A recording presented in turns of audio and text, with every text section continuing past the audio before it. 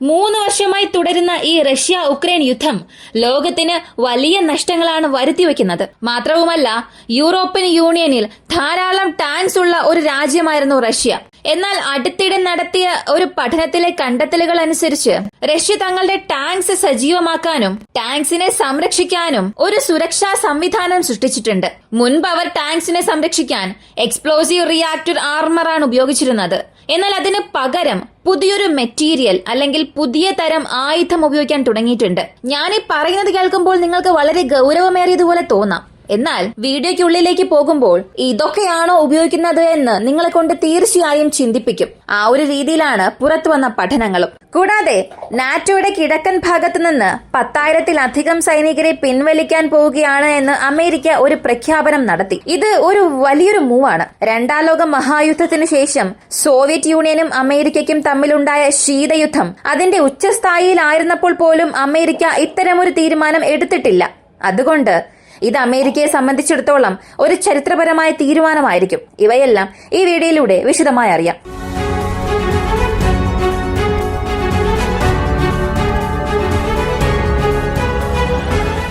ആദ്യത്തെ കാര്യം റഷ്യയുടെ ടാങ്ക്സിനെ കുറിച്ചാണ്. ടാങ്കുകളെ സംബന്ധിച്ചിടത്തോളം APS അല്ലെങ്കിൽ ആക്റ്റീവ് പ്രൊട്ടക്ഷൻ സിസ്റ്റം, ഇതിൽ നിരവധി സ്വയം പ്രതിരോധ സംവിധാനങ്ങളുണ്ട്. ടാങ്കിനുള്ളിലെ ക്രൂ അംഗങ്ങളെ സംരക്ഷിക്കുന്നതിന് അവ പ്രധാനമായും 2 തരത്തിലുള്ള സംരക്ഷണ സംവിധാനങ്ങൾ ഉപയോഗിക്കുന്നു. ഒന്നിനെ ഇറ അല്ലെങ്കിൽ എക്സ്പ്ലോസീവ് റിയാക്ടർ ആർമർ എന്ന് വിളിക്കുന്നു. മറ്റൊന്ന് NERE അല്ലെങ്കിൽ നോൺ എക്സ്പ്ലോസീവ് റിയാക്ടർ ആർമർ എന്ന് വിളിക്കുന്നു. ഇതിൽ NERE സംബന്ധിച്ചിടത്തോളം മിക്ക സംയുക്ത കവചങ്ങളും ഈ ഒരു വിഭാഗത്തിലാണ് ഉള്ളത്. ഇതിലവർ സ്ഫോടക വസ്തുക്കൾ ഉപയോഗിക്കുന്നില്ല. ഈ വിഷയത്തിലേക്ക് കടക്കുന്നതിന് മുൻപ് ആദ്യം എക്സ്പ്ലോസീവ് റിയാക്ടർ ആർമർ അല്ലെങ്കിൽ നോൺ എക്സ്പ്ലോസീവ് റിയാക്ടർ ആർമർ ഇവ എന്താണെന്നുള്ളത് ഞാൻ ചെറുതായി ഒന്ന് പറഞ്ഞു തരാം. ഈ എക്സ്പ്ലോസീവ് റിയാക്ടർ ആർമർ എന്താണെന്ന് ചോദിച്ചാൽ ഈ ടാങ്കുകളെ സംബന്ധിച്ച് അതിനെ 2 രീതിയിൽ തരംതിരിക്കാം. ഒന്നാമത്തേത് അതിന്റെ പുറം തോട്, പുറമേയുള്ള ഭാഗം. രണ്ടാമത്തേത് ഉള്ളിലുള്ള ഭാഗം. ഒരു ആന്റി ടാങ്ക് ഗൈഡഡ് മിസൈൽ ഈ ഒരു ടാങ്കിനെ നോക്കി വരികയാണെങ്കിൽ അതിന്റെ ഗതികോർജം ഉപയോഗിച്ച് എല്ലാ തടസ്സങ്ങളെയും തകർത്ത് ഉള്ളിലേക്ക് ചെന്ന് അതിനെ പൊട്ടിത്തെറിപ്പിക്കും. ഇത് സംഭവിക്കുമ്പോൾ ഉള്ളിലുള്ള എല്ലാ ക്രൂ മെമ്പേഴ്സും മരിക്കും, ആ ടാങ്കും നശിക്കും. ഇതിനെ തടയണമെങ്കിൽ 2 വഴിയേ ഉള്ളൂ. ആദ്യം ആ ടാങ്കിനെ നശിപ്പിക്കാനായി വരുന്ന ആ ഒരു മിസൈൽ ടാങ്കിനെ തൊടുന്നതിന് മുൻപ് തന്നെ നശിപ്പിക്കണം. അല്ലെങ്കിൽ ഈ ആന്റി ടാങ്ക് ഗൈഡഡ് മിസൈൽസ് ടാങ്കിൽ വന്ന് പതിച്ചാലും ടാങ്കിന് യാതൊരു കേടുപാടുകളും സംഭവിക്കാത്ത രീതിയിൽ ടാങ്കിനെ ശക്തിപ്പെടുത്തണം.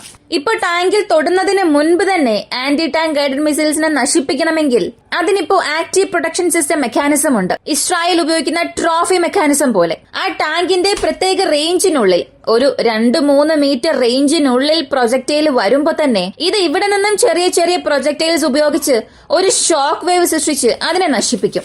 അടുത്തത് റിയാക്റ്റീവ് ആർമർ ടെക്നോളജിയാണ്. ഈ ടാങ്കിൽ മിസൈൽസ് അല്ലെങ്കിൽ ബോംബ് വന്ന് പതിച്ചാലും ടാങ്കിന് യാതൊരു കേടുപാടുകളും സംഭവിക്കാൻ പാടില്ല. ഇതെങ്ങനെ അച്ചീവ് ചെയ്യുമെന്ന് ചോദിച്ചാൽ ആ ടാങ്കിൽ 2 പാളികൾ ഉണ്ടായിരിക്കും. ടാങ്കിന്റെ മുകളിലുള്ള ഇരുമ്പ് പാളി കൂടെ താഴെയുള്ള ലോഹപാളിയും ചേർത്ത് കൃത്രിമമായി മറ്റൊരു പാളി അവർ സൃഷ്ടിക്കും. ഈ 2 പാളികൾക്കും ഇടയിൽ സ്ഫോടക വസ്തുക്കൾ സ്ഥാപിക്കും. ഇതിനെയാണ് എക്സ്പ്ലോസീവ് റിയാക്ടർ ആർമർ പ്ലേറ്റുകൾ എന്ന് വിളിക്കുന്നത്. ഈ പ്ലേറ്റിന്റെ കനം വളരെ കൂടുതലായിരിക്കും. അവിടെ കനത്ത തരം ലോഹമായിരിക്കും പൂശിയിട്ടുണ്ടാവുക. മുകളിലെ പാളി ഈ സ്ഫോടക വസ്തുക്കളെ കൊണ്ടും മുൻവശത്തെ പാളി ഭാരം കുറഞ്ഞ മെറ്റീരിയൽ കൊണ്ടുമായിരിക്കും നിർമ്മിക്കുക. ഇനി നേരിട്ട് ആന്റി ടാങ്ക് ഗൈഡഡ് മിസൈൽ വന്ന് ഈ ടാങ്കിൽ പതിച്ചാലും അവിടെ ഒരു ചെറിയ ഷോക്ക് വേവ് സൃഷ്ടിക്കും. ഈ ഷോക്ക് വേവ്സ് കാരണം അകത്തുള്ള സ്ഫോടക വസ്തുക്കൾ പൊട്ടിത്തെറിക്കുകയും ചെയ്യും. അങ്ങനെ ഈ പാളികളിൽ ഒരു സ്ഫോടനം സംഭവിക്കുമ്പോൾ അതിനുശേഷം ആ പ്രൊജക്ടൈലിന് പെനട്രേറ്റ് ചെയ്ത് അകത്തേക്ക് കടക്കാൻ കഴിയില്ല. അവിടെ തന്നെ അതൊരു തടസ്സമായി പ്രവർത്തിക്കും. ഇതാണ് എക്സ്പ്ലോസീവ് റിയാക്ടർ ആർമർ പ്രവർത്തിക്കുന്നത്. ഇങ്ങനെയാണ്. ഈ NEREയിൽ ഒരു സംയുക്ത കവചമാണ് ഉപയോഗിച്ചിരിക്കുന്നത്. ടൈലുകൾ, റബ്ബർ തുടങ്ങി സ്ഫോടകാത്മകമല്ലാത്ത സംവിധാനം ഉപയോഗിക്കും. അതായത് നോൺ എക്സ്പ്ലോസീവായി ഉപയോഗിക്കും. മുകളിൽ പതിച്ചാലും ഇത് കാരണം യാതൊരു പ്രശ്നവും ഉണ്ടാക്കാത്ത രീതിയിലുള്ള മെക്കാനിസം ഉപയോഗിച്ചിട്ടുണ്ടാകും. ഇവ 2നും ഗുണങ്ങളും ദോഷങ്ങളും ഉണ്ട്. എക്സ്പ്ലോസീവ് റിയാക്ടർ ആർമറിനെ സംബന്ധിച്ച് ഏറ്റവും മികച്ച സംരക്ഷണ സംവിധാനം ഇതാണ്. എന്നാൽ ഒരു പ്ലേറ്റ് കേടാവുകയാണെങ്കിൽ പിന്നെ പുതിയൊരു പ്ലേറ്റ് നമ്മൾ മാറ്റി സ്ഥാപിക്കണം, അല്ലെങ്കിൽ ആ സ്ഥലത്ത് മാത്രം ഒരു വീക്കസ്റ്റ് സോണായി മാറും. ശത്രു ആ സ്ഥലത്തെ ലക്ഷ്യം വെച്ച് ആക്രമിക്കുകയാണെങ്കിൽ ആ ടാങ്കിനെ എളുപ്പത്തിൽ നശിപ്പിക്കാനും സാധിക്കും. എന്നാൽ NERE സംബന്ധിച്ച് അത്തരം സംവിധാനം ഒന്നുമില്ല. ഇതിന്റെ മെക്കാനിസം അല്പം ദുർബലമാണെങ്കിൽ പോലും ഒരു സ്ഥലത്ത് തന്നെ മൾട്ടിപ്പിൾ ഹിറ്റ് ഇതിനെ കൊണ്ട് നൽകാൻ സാധിക്കും. ഇങ്ങനെ ഇതിന്റെ ഗുണങ്ങളും ദോഷങ്ങളും രണ്ടിനും വെവ്വേറെയുണ്ട്. ഇനി നമുക്ക് കാര്യത്തിലേക്ക് വരാം.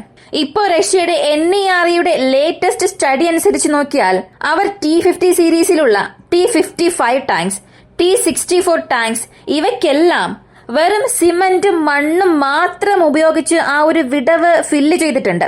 അതായത് ഞാൻ മുൻപ് പറഞ്ഞ സ്ഫോടക വസ്തുക്കൾ നിറയ്ക്കുന്ന സ്ഥലത്ത് അവരിപ്പോ സിമന്റും മണ്ണുമാണ് നിറച്ചിരിക്കുന്നത്. ഇത് കേൾക്കാൻ രസകരമായി നിങ്ങൾക്ക് തോന്നിയാലും ഈ എക്സ്പ്ലോസീവ് റിയാക്ടർ ആർമറിൽ അവർക്ക് എത്രത്തോളം ഷോർട്ടേജ് സംഭവിച്ചിട്ടുണ്ട്, സപ്ലൈ ചെയിൻ അവർക്ക് എത്രത്തോളം ബാധിച്ചിട്ടുണ്ട് എന്നുള്ളത് വ്യക്തമായി കാണിക്കാൻ തുടങ്ങിയിട്ടുണ്ട്. തുടക്കത്തിൽ ഈ ടാങ്ക്സ് ഒന്നും തന്നെ അവർ ഉപയോഗിച്ചില്ല.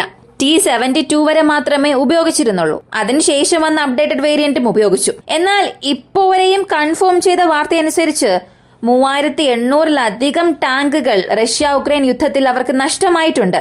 അതിൽ 3387 ടാങ്ക്സ് വിഷ്വലി കൺഫേം ആയിട്ടുണ്ട്. അപ്പോ എന്തായാലും 3000 ടാങ്കിൽ കുറയാൻ യാതൊരു സാധ്യതയും ഇല്ല.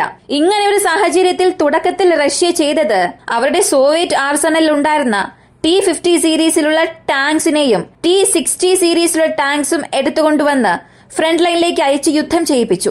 റഷ്യക്ക് അവിടെ രക്ഷപ്പെടാൻ ഈ ഒരു വഴി മാത്രമേ ഉണ്ടായിരുന്നുള്ളൂ. കാരണം അവരുടെ പക്കൽ ക്വാണ്ടിറ്റി ഒരുപാടുണ്ടായിരുന്നു. അങ്ങനെയുള്ളപ്പോൾ T-90 ടാങ്ക്സിന് കേടുപാട് സംഭവിച്ചാൽ അവർക്ക് അതിലുള്ള എക്സ്പ്ലോസീവ് റിയാക്ടർ ആർമറിനെ മാറ്റി സ്ഥാപിക്കുന്നതിൽ അല്ലെങ്കിൽ അതിനെ റീപ്ലേസ് ചെയ്യുന്നതിൽ ഒരു ഫലമുണ്ടായിരിക്കും. എന്നാൽ ഇതിനകം സ്ക്രാപ്പ് ചെയ്ത മെറ്റൽ ഉപയോഗിച്ച് അതിനെ വീണ്ടും പ്രവർത്തനക്ഷമമായ അവസ്ഥയിലേക്ക് മാറ്റുകയും അതിൽ ഒരു സ്പെയർ ഇടണമെന്നുള്ളപ്പോൾ എത്ര തന്നെ അതിലൊരു ചിലവ് ചെയ്താൽ പോലും ഒരു പൂർണ്ണ ഫലം അതിനെ കൊണ്ട് നൽകാൻ സാധിക്കില്ല. അത്തരം ഒരു സാഹചര്യത്തിൽ ആ വിടവ് നികത്താൻ വേണ്ടിയാണ് അവർ മണലും സിമന്റും ഉപയോഗിച്ചിരിക്കുന്നത്. സത്യത്തിൽ ഇത് റഷ്യയുടെ ഒരു തന്ത്രമായി തോന്നിയാലും ഉള്ളിലുള്ള സൈനികർക്ക് അത് അത്രയേറെ പ്രശ്നം സൃഷ്ടിക്കും. നമുക്ക് വളരെ ഈസിയായി ഇത് പറയാം. റഷ്യ ഇങ്ങനെ തന്ത്രം ഉപയോഗിച്ച് ടാങ്ക്സിനെ അകത്തേക്ക് അയച്ചിട്ടുണ്ട്, അതിൽ സൈനികരും ഉണ്ട്, ഇതിൽ വലിയ ചിലവൊന്നും ഇല്ല എന്ന്. പക്ഷെ അകത്ത് 4 സൈനികരുണ്ട്. ഈ സൈനികരുടെ അത്രയും ജീവൻ രക്ഷിക്കേണ്ടത് ഈ പ്രൊട്ടക്ഷൻ സിസ്റ്റമാണ്. അപ്പോൾ റഷ്യ എടുത്തിരിക്കുന്ന ഈ ഒരു തീരുമാനം ഫ്രണ്ട് ലൈനിൽ അവരുടെ എണ്ണം അധികമാക്കി കാണിക്കാൻ വേണ്ടി മാത്രമാണ്. അതല്ലാതെ സൈനികരുടെ ജീവനും സംരക്ഷണത്തിനും യാതൊരു ഉറപ്പുമില്ല. ഇവിടെ റഷ്യയുടെ ഒരു തന്ത്രമായി ഇത് മാറിയാലും ഇത് കാരണം വലിയൊരു ഹ്യൂമൻ പവർ ഡാമേജ് റഷ്യക്ക് സംഭവിക്കും, തീർച്ചയായും സംഭവിക്കും. ഈ സ്റ്റഡീസ് എല്ലാം ഇന്നോ ഇന്നലെയോ ചെയ്തതല്ല. റഷ്യ ഉക്രൈൻ യുദ്ധം ആരംഭിച്ച് 1 വർഷത്തിന് ശേഷം നടത്തിയ സ്റ്റഡീസ് ആണ്. അതിന്റെ മുഴുവൻ റിസൾട്ട് ഇപ്പോഴാണ് പുറത്തു വന്നിരിക്കുന്നത്. അപ്പോ ഒരു യുദ്ധ സാഹചര്യം വരുമ്പോൾ ലോജിസ്റ്റിക്സ് സപ്ലൈക്ക് ഉണ്ടാകുന്ന പ്രശ്നം നേരിട്ടും അല്ലാതെയും ഏതെല്ലാം മേഖലകളെ ബാധിക്കുമെന്നുള്ളത് റഷ്യ ഉക്രൈൻ യുദ്ധം തന്നെ കാണിച്ചു തരുന്നുണ്ട്. അടുത്തത് നാറ്റോയെ കുറിച്ചുള്ള വാർത്തയാണ്. നാറ്റോ സംബന്ധിച്ച് നാറ്റോയുടെ ഈസ്റ്റേൺ ഫ്രണ്ട്, പോളണ്ട്, ബാൾട്ടിക് രാജ്യങ്ങൾ, ജർമ്മനി ഇവിടെയുള്ളതെല്ലാം നാറ്റോയുടെ ഈസ്റ്റേൺ ഫ്ലാങ്ക് ആണ്. ഈ നാറ്റോ സൈനികരെ സംബന്ധിച്ച് അമേരിക്കയുടെ പങ്ക് അതിൽ വളരെ വലുതാണ്. നാറ്റോയുടെ 100%-ൽ ഒരു 80 മുതൽ 90% അമേരിക്കയുടേതാണ്. അത്രത്തോളം നാറ്റോയ്ക്കുള്ളിൽ പ്രവർത്തിക്കുന്ന ഒരു രാജ്യം. 1950 മുതൽ 80 വരെ സോവിയറ്റ് റഷ്യയെ നേരിടാനായി അമേരിക്ക ഏകദേശം 3 ലക്ഷം മുതൽ 4 ലക്ഷം സൈനികരെ നിർത്തിയിരുന്നു. എന്നാൽ 1990 മുതൽ 2013 വരെയും 48,000 മുതൽ 60,000 സൈനികർ വരെ ഉണ്ടായിരിക്കാമെന്നുള്ള ഒരു വിവരവും പുറത്തു വന്നു. പക്ഷേ ഇത് വെരിഫൈ ചെയ്യാൻ യാതൊരു ഒഫീഷ്യൽ ഡേറ്റയും ലഭിച്ചിട്ടില്ല. അപ്പോ ഒരു ആവറേജ് കണക്ക് നോക്കിയാൽ 4 ലക്ഷം സൈനികരായിരുന്നു തുടക്കത്തിൽ. പിന്നീട് അവരുടെ ആവശ്യകത കുറഞ്ഞപ്പോൾ സൈനികരുടെ എണ്ണവും കുറച്ചു. എന്നാൽ 2014-ൽ ക്രീമിയയെ റഷ്യ പിടിച്ചെടുത്തപ്പോൾ അതിനുശേഷം വന്ന ഒബാമ അഡ്മിനിസ്ട്രേഷൻ അറ്റ്ലാന്റിക് റിസോൾവ് എന്ന ഒരു ഓപ്പറേഷൻ ലോഞ്ച് ചെയ്തു. ഇതൊരു ഓപ്പറേഷൻ എന്ന് പറയുന്നതിനേക്കാൾ റൊട്ടേഷണൽ ബേസിസിൽ സൈനികർ അയക്കുന്ന ഒരു പ്രോജക്ട്. ബാൾട്ടിക് രാജ്യങ്ങളിലേക്കും പോളണ്ടിലേക്കും US സൈനികരെ അയക്കാനുള്ള ഒരു ഓപ്പറേഷൻ ആരംഭിച്ചു. ഇത് ചെയ്യുന്നതിലൂടെ അവർ 4000 മുതൽ 5000 സൈനികരെ വരെ പോളണ്ടിൽ സജീവമായി നിലനിർത്തി. അവർ തങ്ങളുടെ ഷിഫ്റ്റ് ബേസുകളിൽ പോളണ്ടിൽ സജീവമായി തന്നെ നിലനിർത്തി. പിന്നീട് ബൈഡൻ അഡ്മിനിസ്ട്രേഷൻ വന്നപ്പോൾ 2022-ൽ റഷ്യ ഉക്രൈൻ യുദ്ധം ആരംഭിച്ചതിനു ശേഷം ഈ എണ്ണം വീണ്ടും ഡബിളാക്കി. പോളണ്ടിലും ബാൾട്ടിക് രാജ്യങ്ങളിലും ചേർത്ത് 10,000 സൈനികരെ സജീവമാക്കി നിർത്തി. ഇത് കുറയാനേ പാടില്ല. കൂടാതെ 40-ലധികം MQ-9 റീപ്പർ ഡ്രോൺസും അവിടെ ഏതൊരു സമയവും ബേസിസിൽ ഉണ്ടായിരിക്കണം. കുറഞ്ഞത് 30% ഓരോ ദിവസവും സജീവമായിരിക്കണം എന്ന റൂൾ കൊണ്ടുവന്നു. ഇതിനകം കിഴക്കൻ ഭാഗത്ത് 171st ആംഡ് വിംഗ് ഉണ്ട്. ഇവരാണ് ജർമ്മനിയിൽ നിന്ന് അത്രയും വ്യോമ പ്രവർത്തനങ്ങളെയും നിയന്ത്രിക്കുന്നത്. കൂടാതെ ഈ 60,000 എന്ന എണ്ണം ബൈഡൻ അഡ്മിനിസ്ട്രേഷൻ വന്നപ്പോൾ 100,000-ലേക്ക് വന്നു. ഇവർ റിസർവിലുള്ളതല്ല, റൊട്ടേഷണൽ ബേസിസിൽ ആക്റ്റീവിലുള്ള സൈനികരാണ്. ഈ 100,000 സൈനികരിൽ നിന്നാണ് ഇപ്പൊ 10,000 സൈനികരെ പിൻവലിക്കാൻ പോകുന്നതായി പറഞ്ഞത്. ഈ 10,000 സൈനികർ പോളണ്ട്, ബാൾട്ടിക് രാജ്യങ്ങൾ, ജർമ്മനി എന്നിവയുടെ കിഴക്കൻ ഭാഗത്തുള്ളവരാണ്. ഇപ്പോ ഈ 10,000 സൈനികരെ അവർ പിൻവലിച്ചാൽ നാറ്റോയിലുള്ള മറ്റ് രാജ്യങ്ങളും അവരുടെ സൈനികരെ പിൻവലിക്കേണ്ട ഒരു നിർബന്ധത്തിലേക്ക് വരും. നിങ്ങൾ തന്നെ ചിന്തിച്ചു നോക്കുക. റൊമാനിയ നാറ്റോയിലുള്ള ഒരു രാജ്യമാണ്. എന്നാൽ ആ രാജ്യത്തിന്റെ എയർ സ്പേസിനുള്ളിൽ ഒരു ഡ്രോൺ പോയാൽ നാറ്റോയെ കൊണ്ട് വലിയ രീതിയിലൊന്നും റിയാക്ട് ചെയ്യാൻ സാധിക്കുന്നില്ല. ഒരുപക്ഷെ നാളെ അവിടെ എന്തെങ്കിലും ഒരു പ്രശ്നം വന്നാൽ, റഷ്യയുടെ ഒരു ഡ്രോൺ ക്രാഷ് കാരണം നാറ്റോ സൈനികർ കൊല്ലപ്പെടുകയാണെങ്കിൽ, US സൈനികരാണെങ്കിൽ മാത്രമേ അത് അമേരിക്കയ്ക്ക് പ്രശ്നമാവുകയുള്ളൂ. യഥാർത്ഥത്തിൽ ഇത് മാത്രമേ സംഭവിക്കുകയുള്ളൂ. ഇപ്പൊ UK സൈനികർ മരിച്ചാൽ ഒരു ഭീഷണി നൽകാൻ കഴിയും എന്നതല്ലാതെ വലിയ രീതിയിലുള്ള പ്രഷറൊന്നും നൽകാൻ സാധിക്കില്ല. ജർമ്മനിയുടെ സൈനികർ മരിച്ചാലും ജർമ്മനിയെ കൊണ്ട് വലിയ പ്രശ്നമൊന്നും നൽകാൻ കഴിയില്ല. അപ്പോ US ഇവിടെ നിന്നും പതിയെ വിഡ്രോ ആകുന്നത് യൂറോപ്പിനുള്ളിൽ റഷ്യക്ക് ഒരു ഫ്രീ ഗേറ്റ് ഓപ്പൺ ചെയ്യുന്നത് പോലെയാകും. എന്നാൽ റഷ്യക്കും അവിടെ പല പ്രശ്നങ്ങളുണ്ട്. റഷ്യക്ക് ഇന്നുവരെയും 4 മുതൽ 6 ലക്ഷം സൈനികർ മരിച്ചിട്ടുണ്ടെന്നാണ് കണക്ക്. ഇതിനകം തന്നെ റഷ്യയുടെ ആയുധശേഖരം തീർന്നു പോയതിനാലും അവർക്ക് ധാരാളം പ്രശ്നങ്ങളുണ്ട്. യുദ്ധത്തിന് മുൻപുണ്ടായിരുന്ന ഒരു ആയുധശേഖരം ഇപ്പോൾ അവരുടെ പക്കൽ ഇല്ല. ഒരു യുദ്ധകാല സാഹചര്യത്തിൽ പല നടപടികൾ അവർ സ്വീകരിച്ചാലും അവരെ കൊണ്ട് ഇത് മാനേജ് ചെയ്യാൻ കഴിയും എന്നതല്ലാതെ വീണ്ടും അവരുടെ സ്റ്റോക്ക് പൈൽസ് പഴയ രീതിയിലേക്ക് കൊണ്ടുവരണമെങ്കിൽ കുറഞ്ഞത് ഒരു 3 മുതൽ 5 വർഷമെങ്കിലും ആവശ്യമായി വരും. റഷ്യയെ നേരിടാൻ ഈ സമയം പ്രയോജനപ്പെടുത്താനാണ് അമേരിക്ക തീരുമാനിക്കുന്നത്.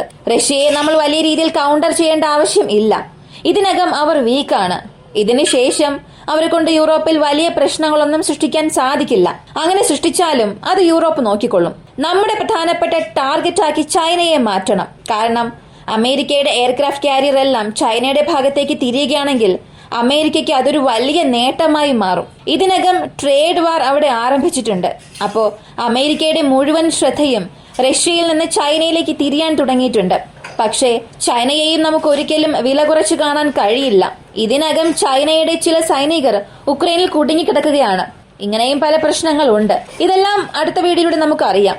ഇപ്പോ അമേരിക്ക എടുത്തിരിക്കുന്ന ഈ ഒരു തീരുമാനം ഒന്ന് യൂറോപ്പിന്റെ സുരക്ഷയ്ക്ക് മുഴുവനായും ഒരു ദുരന്തം സൃഷ്ടിക്കും, അല്ലെങ്കിൽ ചൈനയ്ക്കെതിരെയുള്ള അമേരിക്കയുടെ കരുനീക്കം അടുത്ത ഘട്ടത്തിലേക്ക് പോകും.